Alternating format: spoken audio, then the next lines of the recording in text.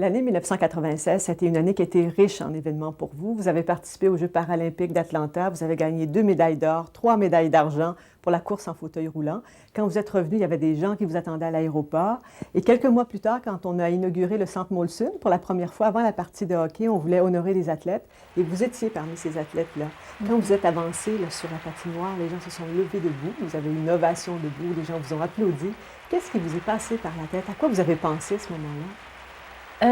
C'était très fort. C'était Là. très fort. C'était un moment vraiment très, très intense. Et le fait d'être là avec des athlètes olympiques au même niveau et d'avoir une telle ovation, je pense que j'ai eu une pensée, évidemment, pour moi, pour ce que j'avais réalisé personnellement, puis bon, pour le bonheur que je ressentais un peu.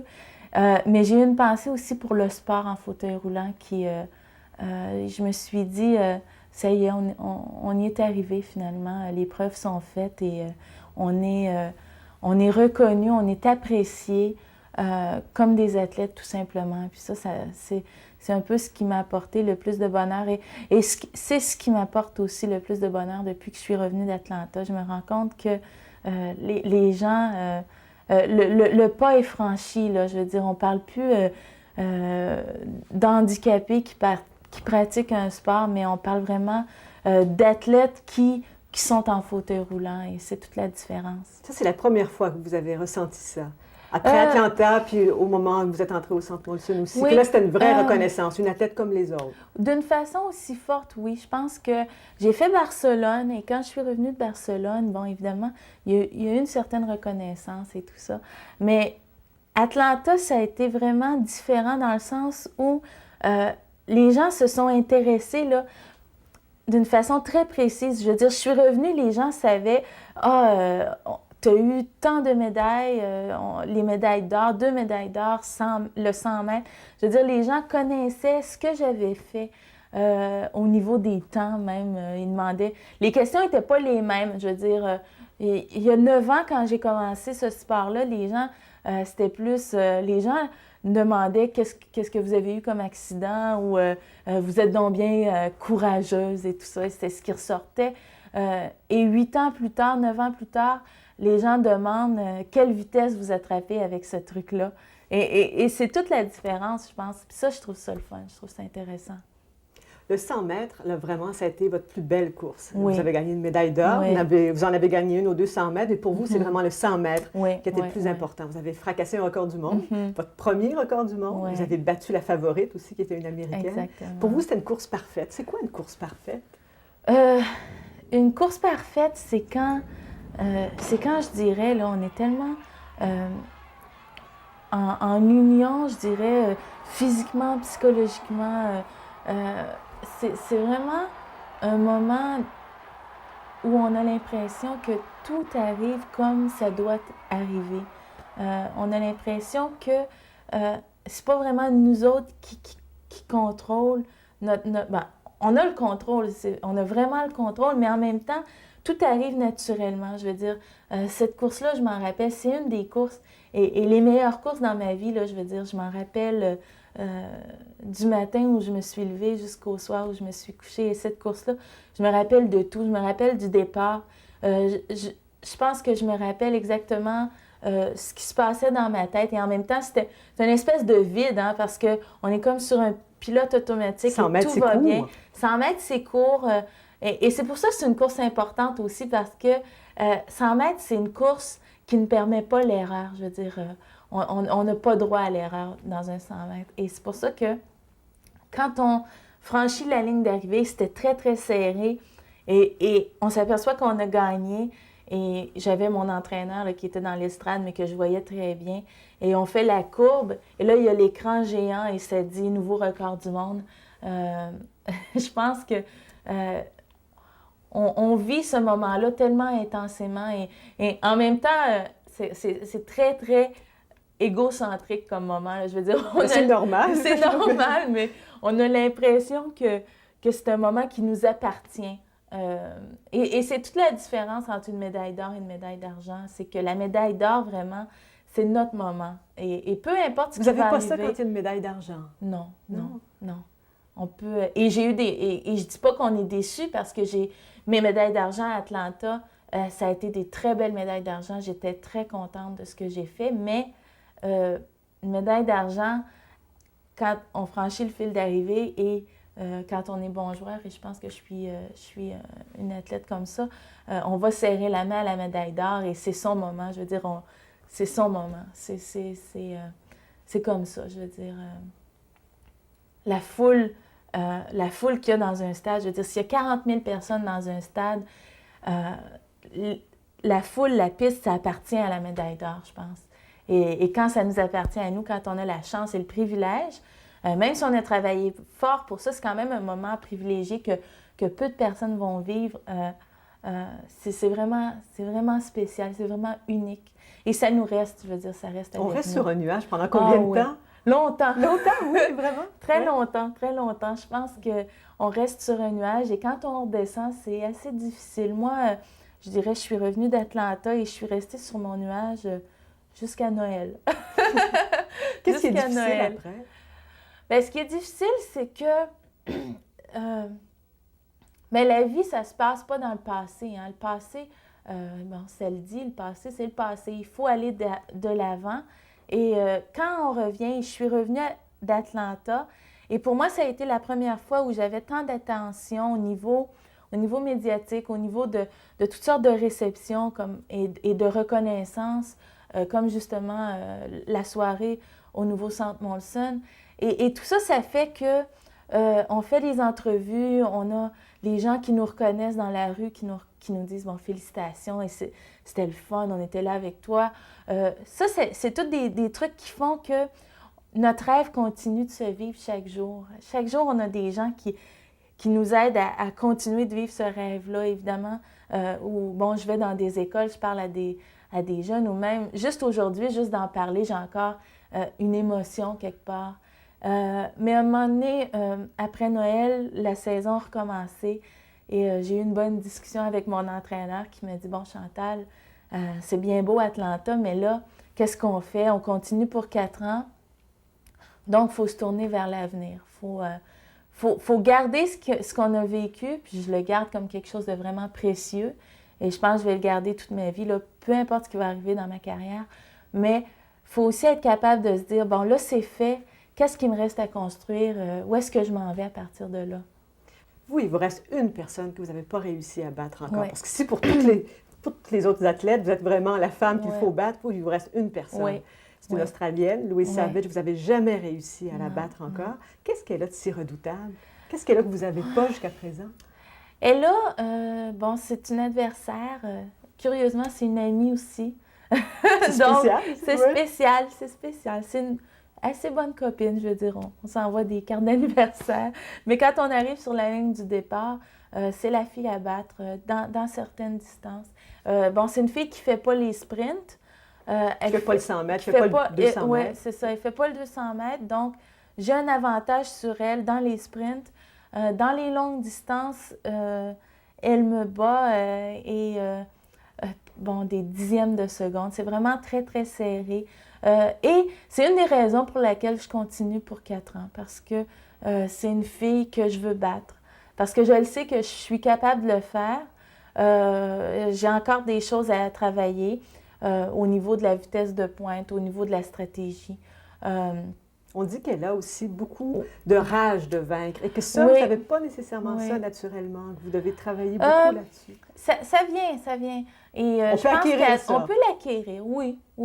Je pense que, non, j'ai la rage de vaincre. Je pense que j'ai la rage de vaincre. Je l'avais à Atlanta et c'est ce qui fait qu'à Atlanta, j'ai eu vraiment des bonnes compétitions. Et même contre Louise Savage, j'ai eu de très, très bonnes compétitions.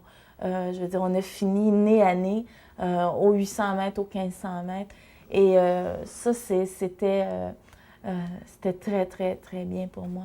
Ce qui me reste à travailler, je pense, c'est pas vraiment la rage de vaincre. L'instinct de vaincre, ça, je l'ai. Ce que j'ai pas, c'est plus un peu ce réflexe de prendre le contrôle de la course. Je pense qu'à ce niveau-là, au niveau international où on est, dans un 800 mètres, qui est quand même une course assez longue, un 1500 mètres aussi, c'est encore plus long, il faut vraiment entrer dans la course en prenant le contrôle de la course, c'est-à-dire en disant qu'est-ce que moi je vais faire pour gagner cette course-là, au lieu de regarder qu'est-ce que les autres font. Et moi, j'ai encore un petit peu ce réflexe-là. C'est-à-dire que je vais entrer dans un 800 mètres, peut-être à cause que je suis une sprinteuse aussi, et dans un sprint, vraiment, il n'y a pas tellement de stratégie. Bon, il y a de la stratégie, mais on est chacun, c'est de la vitesse pure. Dans un 800 mètres, il y a beaucoup de réflexion, il y a beaucoup d'agressivité qui se joue. Et il faut savoir dire, OK, à telle place dans la course, moi je pars, moi j'attaque, je fais telle chose. Et moi, j'ai plutôt jusqu'à maintenant le réflexe de regarder qu'est-ce qui se passe et de réagir.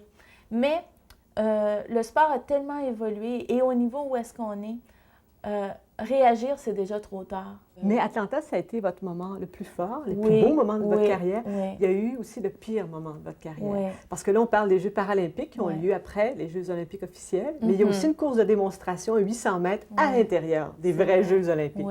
Et là, il y a la foule, il y a l'assistance, il y a les médias. Et vous avez fait une des pires courses de votre vie. C'est vrai. Vous avez terminé 5e. Oui, c'est vrai. Qu'est-ce qui s'est passé? C'était la concentration, la pression, les attentes? C'était plusieurs facteurs et je pense qu'il faut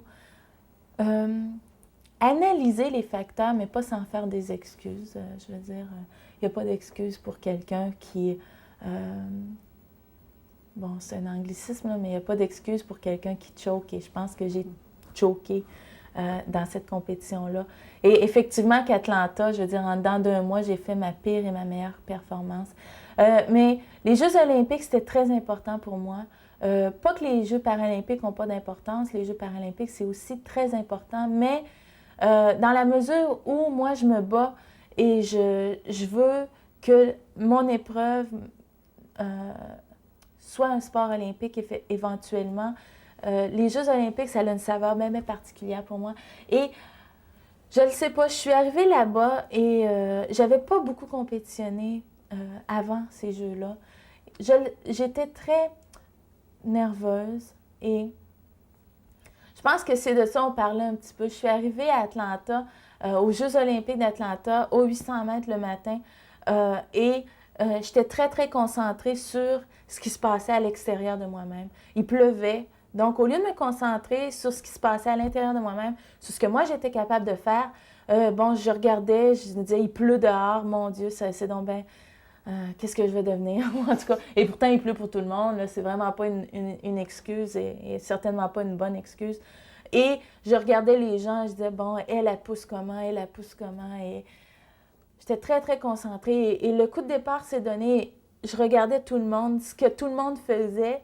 Et pendant ce temps-là, moi, je ne faisais pas ce que j'avais à faire. On dit, il faut vraiment être concentré sur soi-même et regarder, et puiser à l'intérieur de soi, aller chercher nos forces et faire notre course. Il faut vraiment avoir de la confiance.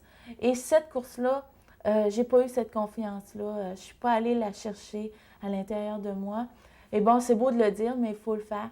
Par contre, j'ai été...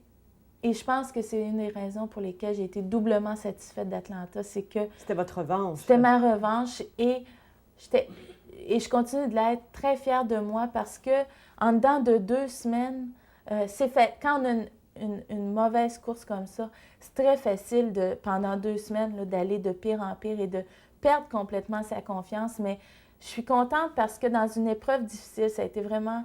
très, très difficile à vivre. Vous aimez beaucoup les défis, les obstacles, vous recherchez ça même pour pouvoir les surmonter, mais il y en a un que vous allez avoir beaucoup de difficultés à surmonter, c'est de faire reconnaître votre discipline dans les vrais Jeux olympiques. Oui. D'être considérée comme une athlète de haut niveau, mais à part entière. Parce que pour vous, le fauteuil roulant, c'est comme un kayak, un vélo, c'est comme un canot, c'est comme un cheval pour d'autres athlètes. Mais pour les gens des Jeux olympiques, ils se disent, bon, si on reconnaît une des disciplines, on va être obligé de reconnaître toutes les autres. Les gens vont venir faire des pressions.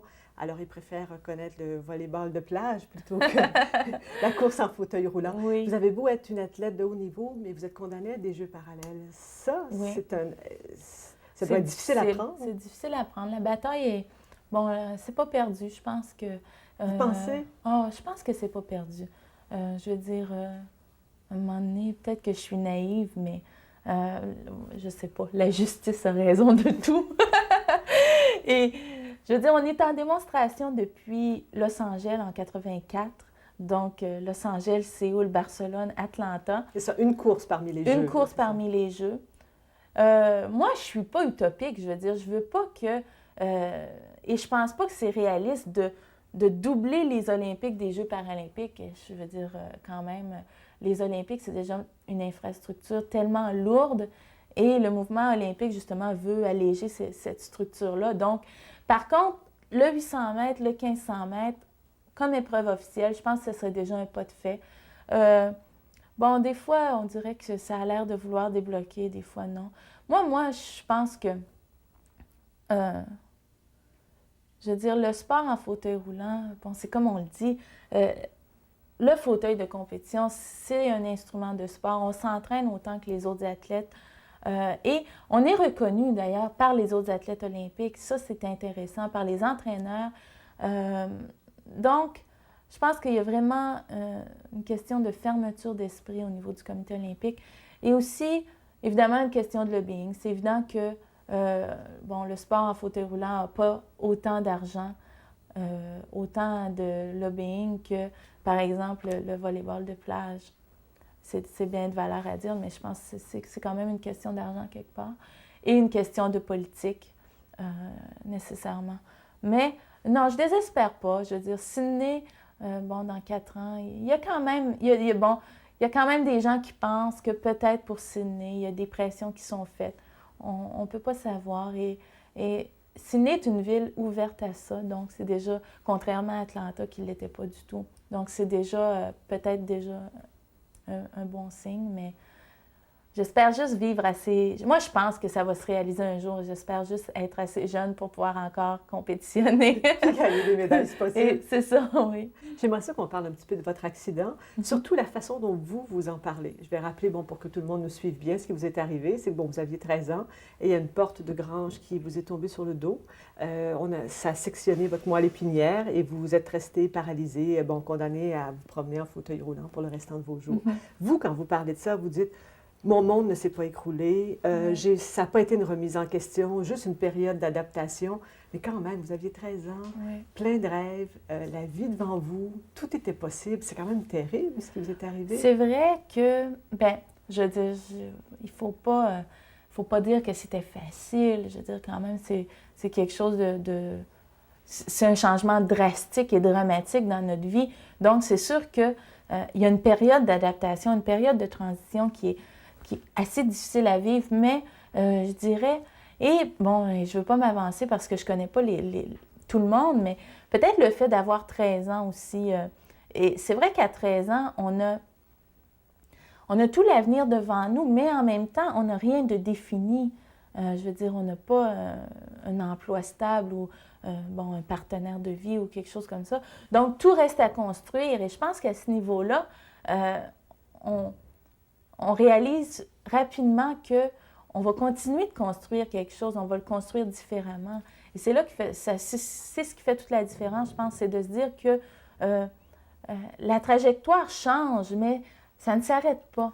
Et je pense que j'ai jamais eu le sentiment que ça s'arrêtait. Peut-être parce que j'ai été très rapidement reprise du milieu de réadaptation et remise là, dans mon milieu naturel d'école.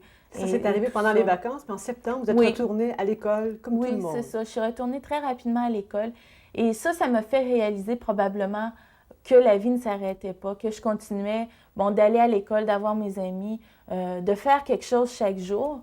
Bon, on dit souvent, une façon de traverser un moment difficile, c'est de passer à l'action. Je veux dire, ça ne sert à rien de s'asseoir et de réfléchir éternellement là, sur son cas.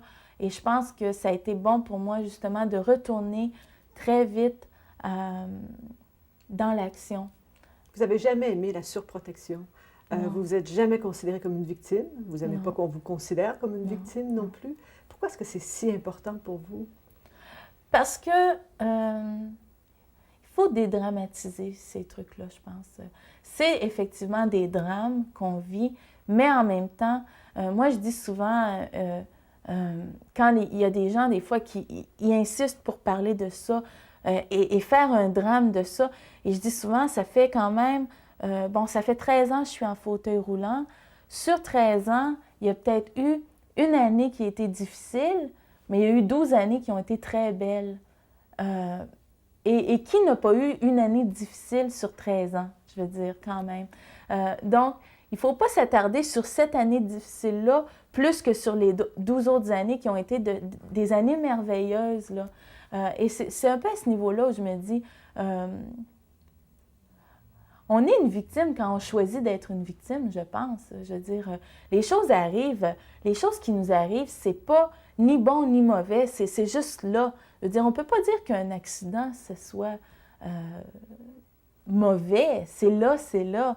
Et c'est à nous de décider. C'est nous qui avons la possibilité et le contrôle de changer ça et d'en faire quelque chose de positif et de grandir à travers ça.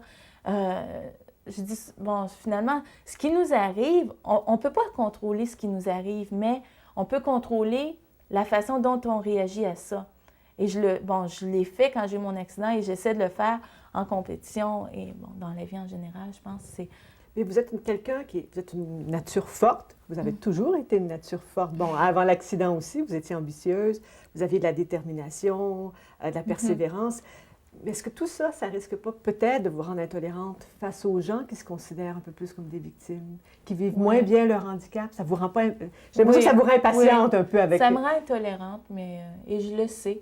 Et, et ça ne me dérange pas. Je pense que, justement, peut-être le fait d'avoir vécu quelque chose comme ça, d'avoir passé au travers, je me dis, tu sais, il n'y a pas d'excuse pour la médiocrité dans la vie, je pense. Et les gens qui sont des victimes, qui se placent eux-mêmes en victimes, j'ai pas d'excuses et j'ai pas beaucoup de respect pour ces gens-là. Et bon, peut-être que c'est de l'intolérance, effectivement, mais je veux dire, j'ai de la compassion pour, je veux dire, pour les enfants qui meurent de faim dans le monde. Je veux dire, je suis la personne qui a le plus de compassion parce qu'ils ne sont pas responsables de ça. Mais j'ai pas de compassion pour les gens qui sont malheureux dans une société comme la nôtre parce qu'on a les moyens d'être heureux, je veux dire, on a les moyens d'être heureux, et que si on ne l'est pas, c'est notre faute. Et bon, c'est de l'intolérance peut-être, mais c'est ma vision. Qu'est-ce que ça vous apporte, la compétition? La compétition, ben la compétition, pour moi, c'est vraiment une passion, c'est la passion de ma vie. Et une passion, je pense, peu importe le nom qu'on donne à cette passion-là, ou peu importe la passion, c'est toujours une façon de se retrouver, c'est une façon d'apprendre, de connaître nos forces, nos faiblesses. Je pense qu'à travers la compétition, j'apprends à savoir vraiment qui je suis. Des fois, c'est des bonnes choses, des fois, c'est pas vraiment des bonnes choses que j'apprends sur moi-même, mais d'une façon ou d'une autre, ça me met vraiment en face de moi-même et quelque part, ça m'aide à corriger aussi des choses que je voudrais corriger. Qu'est-ce que vous avez appris sur vous-même d'important? J'ai appris que j'étais une personne qui pouvait être très forte. J'ai appris que j'étais une personne qui était positive. J'ai appris que j'avais des grands rêves, que je pouvais croire en mes rêves. D'un autre côté, j'ai appris aussi que j'étais une fille peut-être qui avait besoin plus de prendre sa place.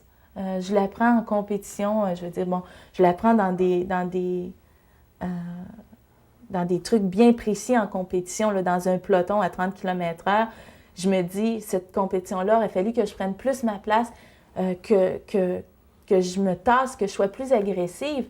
Et de là, je reviens dans ma vie et des fois, je fais des trucs où, bon, je dis pas exactement ce que je pense ou je réponds pas à quelqu'un quand j'aurais le goût de répondre. Et c'est quelque chose que j'ai appris en compétition et que je retrouve dans ma vie. Je pense que les forces et les faiblesses qu'on a en compétition, c'est souvent les mêmes forces et faiblesses qu'on a dans la vie. Et donc, on peut peut-être travailler un peu là-dessus. Dans votre livre de finissant, je pense aussi en secondaire 4, vous aviez écrit « Moi, je vais être célèbre et voyager partout à travers le monde ». Oui. Vous êtes en train pas mal d'y arriver. Est-ce qu'il y a autre chose qui a remplacé ça maintenant? Non, ben, célèbre, c'était un truc d'adolescente. Je pense pas qu'être célèbre, c'est vraiment le but. Faire le tour du monde, c'est intéressant. C'est quelque chose que j'aime beaucoup, que j'aime encore. Je pense que je suis une grande voyageuse. J'apprends beaucoup à travers les voyages. Et quand j'aurai fini la compétition, il y a plein d'endroits où j'aimerais retourner. Mais en grandissant, en vieillissant ou je sais pas, avec tout ce que je vis, je pense que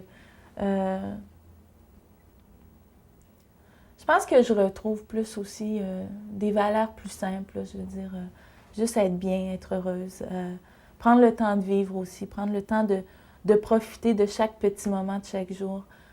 Ça, c'est quelque chose qui devient de plus en plus important pour moi. Je pense que je vis tellement, quand je voyage, bon, je vis à 100 000 à l'heure, je voyage, j'ai des compétitions, je rencontre plein de gens. Et de plus en plus, je reviens chez moi et j'ai le goût de choses simples.